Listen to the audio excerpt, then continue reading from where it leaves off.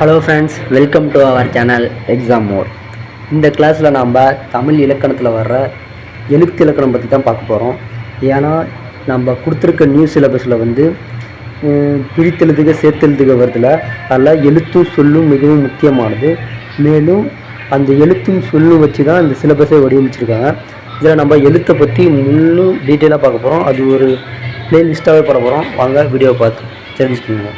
இந்த கிளாஸ் பார்க்குறதுக்கு முன்னாடி இந்த வீடியோக்கான ஸ்பான்சர் யாருன்னு பார்த்தோம்னா ஸ்கூல் ஆஃப் பிஸ்னஸ் ஆர்கனைசேஷன்னா, இவங்க பல கம்பெனிகளோட டைப் வச்சுக்கிட்டு டிஜிட்டல் மார்க்கெட்டிங் வைஸாக அவங்களுக்கு கண்டென்ட் ப்ரொவைட் பண்ணுறாங்க.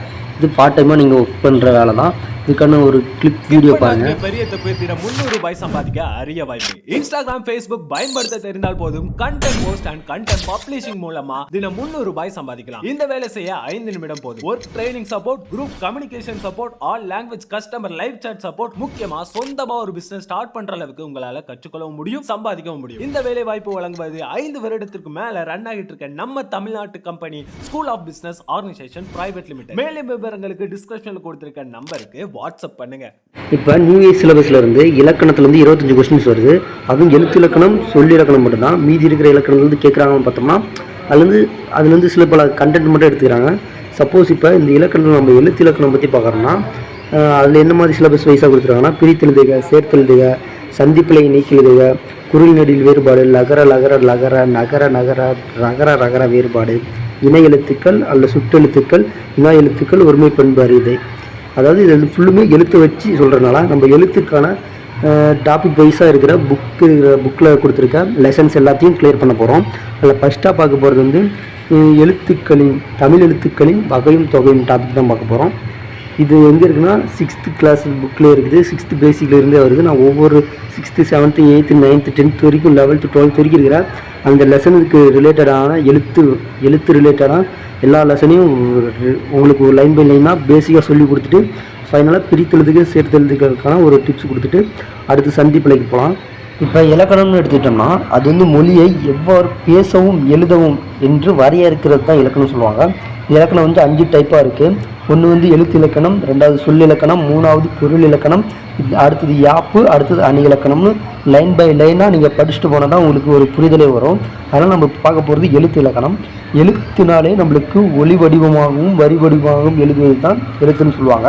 அப்படிப்பட்ட எழுத்துக்களில் உயிரெழுத்துக்கள் இருக்கின்றது, மெய்யெழுத்துக்கள் இருக்கிறது, உயிர்மெய் எழுத்து, ஆயுத எழுத்து. இதுதான் மெயின் டாப்பிக்கான எழுத்துக்கள். அதில் உயிரெழுத்துக்கள்னு பார்த்தோம்னா 12 உயிரெழுத்துக்கள். அதில் ஆ முதல் அவு வரைக்கும் இருக்கிற உயிரெழுத்துக்கள் சொல்லுவாங்க. அதில் ஒரு 5 வகை உயிரெழுத்துக்கள் மட்டும் குறிந்து ஒழிக்கும், அதாவது குறுகிய ஒளியை உடைய எழுத்துக்களாக இருக்கும். மீதி 7மே நீண்டு ஒழிக்கின்றன. இப்போ எடுத்துக்காட்டு சொல்ல போனால் ஆ, இ, உ, ஏ, ஓலாம் குறுகிய ஒளி ஓசையுடையவை. இதை எப்படி அளக்குறாங்கன்னா, நம்ம ஒரு கண் சிமிட்டும் நொடியாகட்டும், இல்லை ஒரு ஸ்னாப் போடுற நேரமாகட்டும், ஒரு மாத்திரை என்ற விகிதத்தில் எடுத்துக்கிறாங்க. இந்த மாத்திரை அளவை தான் நம்ம ஒழிக்கும் கால அளவுன்னு சொல்லுவோம் ஒரு எழுத்தை. அப்படிப்பட்ட மாத்திரை அளவை குறில் எழுத்து ஒழிக்கிறதுக்கு 1 மாத்திரை அளவும், நெடில் எழுத்துக்கள் ஒழிக்கிறதுக்கு 2 மாத்திரை அளவும் ஆகிறது. அப்போனா நம்ம இப்போ உயிரெழுத்துக்களில் இருக்கிற 2 டைப்ஸ் பார்த்தாச்சு. அது மெய்யெழுத்துக்கள்னு பார்த்தோம்னா 18 வகை உண்டு. இக்கு, இங்கு, இச்சு, இன்ட்டு, இன்னு, இத்து, இப்பு, இம்மு, எரு, இன்னு, இவ்வு, இல்லு, எள்ளு, எரு, இன்னுன்னு இருக்கும். அதை 3 டைப்பாக செப்பரேட் பண்ணுறாங்க. மெல்லினம், இடையினம், வல்லினம்னு. அதை நீங்கள் சின்ன கிளாஸ்லேயே படிச்சிருக்கீங்க. ஈஸியாக மைண்டில் வைக்கிற மாதிரி கசட தபர எறால வாழலை ஞான நம்மனன்னு போட்டு அது மேலே புள்ளி மட்டும் வச்சா அது ஈஸியாக டிவைட் பண்ணி வந்துடும். அப்படிப்பட்ட மெல்லினம், இடையினம், வல்லினத்தில் மெய்யெழுத்துக்களோட உயிரெழுத்துக்கள் சேரும்போது மொத்தம் 216 எழுத்துக்கள் உயிர்மெய் எழுத்துக்களாக மாறுது. அதில் 90 எழுத்துக்கள் மெய்யுடன் 18 மெய்யுடன் உயிர்குறில் சேர்ந்து உயிர்மெய் குறில் 90. அதே உயிர்மெய் நெடில் 126, மொத்தமாக சேர்த்து 216 எழுத்துக்கள். இங்கே நம்ம உயிரெழுத்துக்கள் படிக்கும்போதே ஆயுத எழுத்து ஃபைனலாக நம்ம அட்டாச் ஆகி வரும். இந்த ஆயுத எழுத்து ஒரு தனித்த எழுத்து உடையது. அது அரை மாத்திரை அளவு தான் ஒழிக்கும். அதுவும் இந்த மெய்யெழுத்துக்களும் ஒரே மாத்திரை அளவு, அதாவது அரை மாத்திரை அளவு தான் ஒழிக்கக்கூடியவை.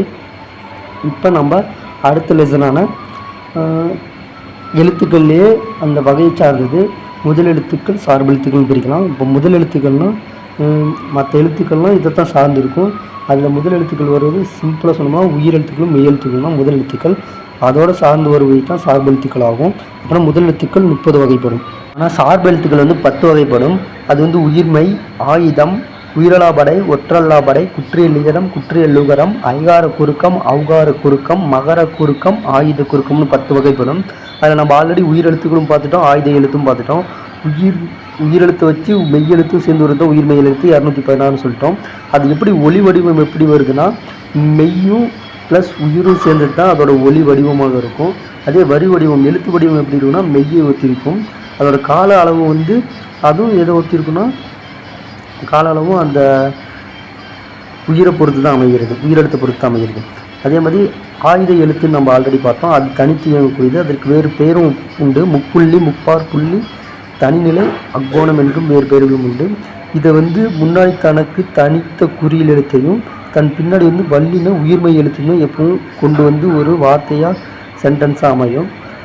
இதுக்கடுத்து வர்ற தலைப்பு எல்லாமே அடுத்த வீடியோவில் பார்க்கலாம்.